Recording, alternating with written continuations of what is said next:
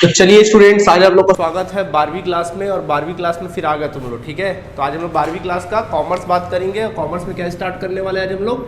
Accountancy के बारे में स्टार्ट कर बात करेंगे। मतलब किसके बारे में बात करेंगे? आप लोगों के लेखांकन जो चैप्टर है, लेखांकन एवं लेखाकर में अकाउंट्स के बारे में बात करेंगे आज 12वीं। तो 12वीं में सबसे पहले सिलेबस देखते हैं कि आपको पढ़ना क्या क्या है, ठीक। तो देखिए, जो आपका सिलेबस है वो 2 यूनिट्स में बटा हुआ है, 2 पार्ट में बटा हुआ है। पार्ट ए बटा हुआ है और दूसरा है पार्ट बी। 2 पार्ट में बटा हुआ आपका सिलेबस। सबसे पहला पार्ट ए में यूनिट 1 आपको पढ़ना है। तो यूनिट 1 में क्या पढ़ना है? तो यूनिट 1 में पढ़ना है साझेदारी फर्म का लेखा। एक तो साझेदारी फर्म का लेखा पढ़ना है आपको यूनिट 1 में, ठीक। और यूनिट 2 है इसी ग्रुप में यूनिट 2 है, जिसमें आप लोगों को पढ़ना है कंपनी का लेखा। कंपनी का लेखा पढ़ना है आप लोगों को। इसमें आपको पढ़ना है कंपनी का लेखा टॉपिक रहेगा, ठीक है। इसी प्रकार पार्ट बी से यूनिट 3 आ जाता है। मतलब ये यूनिट 1 हो गया, यूनिट 2 हो गया, अब एक यूनिट किस में आ गया? 3 में। इसको भी आप लोग को पढ़ना है। तो इसमें क्या क्या रहेगा? तो इसमें बच्चे आप लोग को रहेगा वित्तीय विवरणों का वित्तीय विवरण का विश्लेषण। ये टॉपिक पढ़ना है, वित्तीय विवरणों का विश्लेषण, ठीक है। ये अलग टॉपिक है। और इसी प्रकार यूनिट 4 में आप लोग को पढ़ना है आप लोगों का रोकड़ प्रवाह विवरण पत्र। तो ये आप लोगों का सिलेबस है इस साल का, ठीक। तो इस साल में क्या क्या पढ़ना पड़ेगा? तो देखिए, साझेदारी फर्म में कुल मिला के कौन कौन सा चैप्टर पढ़ना पड़ेगा? सबसे पहला चैप्टर तो रहेगा कि साझेदारी फर्म का जो आधारभूत लेखा है वो पढ़ेंगे। सबसे पहला चैप्टर होगा साझेदारी फर्म का क्या? आधारभूत लेखांकन। साझेदारी फर्म का कौन सा लेखांकन? आधारभूत लेखांकन। इसी प्रकार दूसरा चैप्टर आप लोग पढ़ोगे ख्याति। तीसरा चैप्टर इसके अंतर्गत पढ़ोगे आप लोग साझेदारी का पुनर्गठन पढ़ेंगे आप लोग, ठीक है। साझेदारी का पुनर्गठन पढ़ेंगे आप लोग। इसी प्रकार नंबर 4 टॉपिक जो पढ़ेंगे वो रहेगा आप लोग का साझेदारी का प्रवेश। जब कभी कोई नया साझेदार प्रवेश करेगा तो क्या होगा? और नंबर 5वां टॉपिक पढ़ेंगे साझेदार की निवृत्ति मतलब क्या? साझेदारी का एक प्रकार से अवकाश ग्रहण करना या फिर उसकी क्या? मृत्यु। ये अलग अपने आप में चैप्टर है। और लास्ट चैप्टर पढ़ोगे साझेदारी का क्या? विघटन। यानी ये सब चैप्टर है। कुल मिला के यूनिट 1 में 6 चैप्टर्स आप लोग को पढ़ने हैं, ठीक। अब यूनिट 2 की बात कर लेते हैं। तो बेटा यूनिट 2 में आपको 2 चीज़ पढ़ना है। सबसे पहले पढ़ना है आप लोगों को अंश पूंजी का लेखा। पहला चैप्टर पढ़ोगे आप लोग अंश पूंजी का लेखा, ये अपने आप में एक चैप्टर है। दूसरा चैप्टर पढ़ोगे ऋण पत्रों का लेखा, ये अपने आप में एक चैप्टर है। और तीसरा चैप्टर आप लोग पढ़ोगे ऋण पत्रों का शोधन। तो अभी 2-3 साल से ऐसा हो रहा है कि ऋण पत्रों के शोधन से तो क्वेश्चन दे ही नहीं रहा है, ठीक है। मतलब वो हट गया था बीच में, अभी फिर भी अपन पढ़ेंगे इसको, पढ़ा ही देंगे, ठीक है। तो 3 चैप्टर इसमें से पढ़ना है आप लोगों को। इसके बाद वित्तीय विवरणों का विश्लेषण की अगर बात की जाए तो सबसे पहला चैप्टर पढ़ना पड़ेगा आपको वित्तीय विवरण पत्र पढ़ना पड़ेगा। दूसरा आप लोग को पढ़ना पड़ेगा जिसमें चैप्टर है वित्तीय विवरण का विश्लेषण आप लोग को पढ़ना पड़ेगा।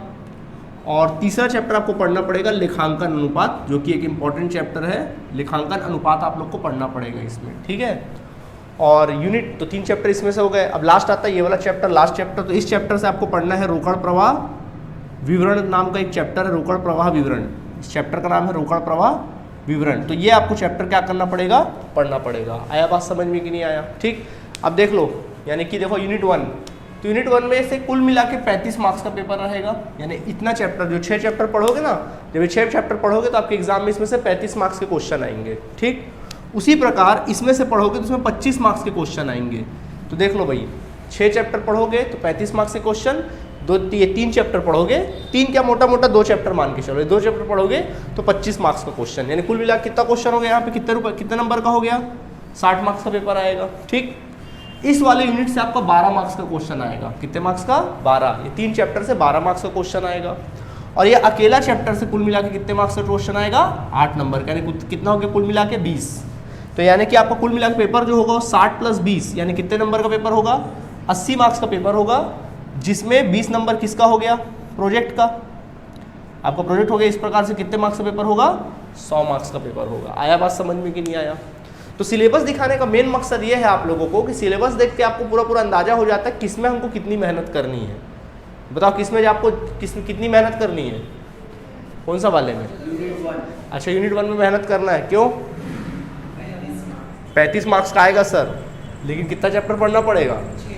तो इसमें ज़्यादा मेहनत नहीं करना है क्या? और इसमें देखो 2 चैप्टर पढ़ोगे 25 मार्क्स का आएगा, आप बोलो। तो जनरली बच्चे क्या करते हैं, साल भर क्या करते हैं, पूरा समय इसी पे लगा देते हैं, यानी सिर्फ साल भर में 80 में 35 मार्क्स की तैयारी करते हैं। साल भर में ऐसा लगता है कि उन लोग को लगता है पूरा हम लोग तैयारी कर लिए, बहुत अच्छे से तैयारी कर लिए। ऐसा नहीं भैया, सभी को बराबर बराबर मौका देना है, क्योंकि देखो इसमें 6 चैप्टर पढ़ोगे तब जाके आपको 35 मार्क्स की तैयारी होगी। यहाँ देखो ना 2 ही चैप्टर पढ़ोगे, तीसरा चैप्टर को तो छोड़ो, 2 ही चैप्टर पढ़ोगे, उसी से आपको 25 मार्क्स का आएगा। ज़्यादा फायदेमंद कितने हैं? अब बच्चे लोग गलती क्या करते हैं, इसको सोचते हैं लाइटली तो है, आखिरी पढ़ते, साल भर तो इसी को अपन पढ़ते रहते हैं, अपन इसको लाइटली लेते हैं। लाइटली तो है ठीक है, लेकिन भैया 25 मार्क्स का क्वेश्चन आएगा। अच्छा, इस चैप्टर की खासियत है कि मैं सही बात बोलूँ, आपको इसमें सिर्फ यही चैप्टर पढ़ना है। जब ये पढ़ोगे तो ऑटोमेटिकली ये बन जाएगा, इसको तो मैं पढ़ाऊंगा भी नहीं, एक आध 2 क्वेश्चन देख लेंगे भले, बट पढ़ाऊंगा भी नहीं इसको तो मैं। तो समझ लो एक ही चैप्टर अगर आप पढ़ लोगे तो 25 मार्क्स की तैयारी हो जाएगी। यानी अच्छे से तैयारी करनी है अपन को, कौन सा, अंशपूंजी लेखा, क्योंकि अंशपूंजी लेखा अगर आप सीख गए तो समझो 25 मार्क्स की तैयारी आपकी हो गई, मार्क्स गेन कर लोगे। आया बात समझ में? अब ये चैप्टर से कितने मार्क्स का आ रहा है? 12। ईजी है, जबकि तब देखी जाएगी, 3 चैप्टर है, मेहनत करेंगे। और इसमें देख लो भैया अकेला चैप्टर से कितने मार्क्स का आएगा? 8 मार्क्स का आएगा। तो ये भी मज़ेदार है, फिर इसको भी क्या करना है, फोकस करना है। तो यानी देखा जाए तो हम लोग को बराबरी से सिलेबस आपको सामने पेश करने का एक ही कारण है कि आप लोग जब पढ़ाई करें तो सिलेबस आपके दिमाग में बैठे रहे, किस पे कितनी मेहनत करनी है अपन को पता चले। कई बार अपन स्टार्ट करते हैं ऐसा लगता है ना अपन 5-6 चैप्टर बना रहे, बड़ा अच्छा बन रहा है, पेपर की तैयारी हो गई। नहीं बेटा, ऐसा नहीं है, आपको सब पे फोकस करना है। ओके, तो ये था सिलेबस, ठीक है। तो 12वीं के अकाउंट्स का सिलेबस आपके सामने पेश है, आप इसको नोट कर सकते हो। कुछ पूछना है?